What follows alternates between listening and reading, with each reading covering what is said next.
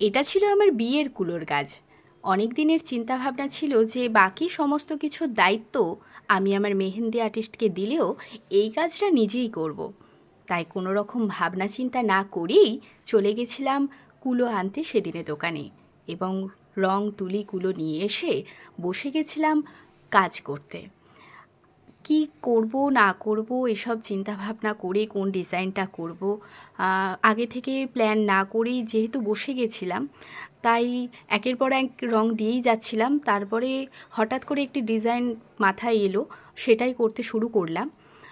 বিয়ের কেনাকাটার অলমোস্ট শেষের দিকে, কিন্তু এই সমস্ত কাজগুলো এখনও বাকি রয়ে গেছে, তো আর বেশি দেরি না করেই বসে গেছিলাম। এটা ছিল আমার কুলোর কিছুটা কাজ, এবং এটা আমার কুলোর ফাইনাল লুক। আমার তো করে বেশ মজা লেগেছে। কাজটা নিখুঁত না, একেবারেই নিখুঁত না, কারণ দক্ষ শিল্পীর কাজ একেবারেই আলাদা। এটা আমার ভালোবেসে করা। আপনাদের কেমন লেগেছে কমেন্ট করে অবশ্যই জানাবেন।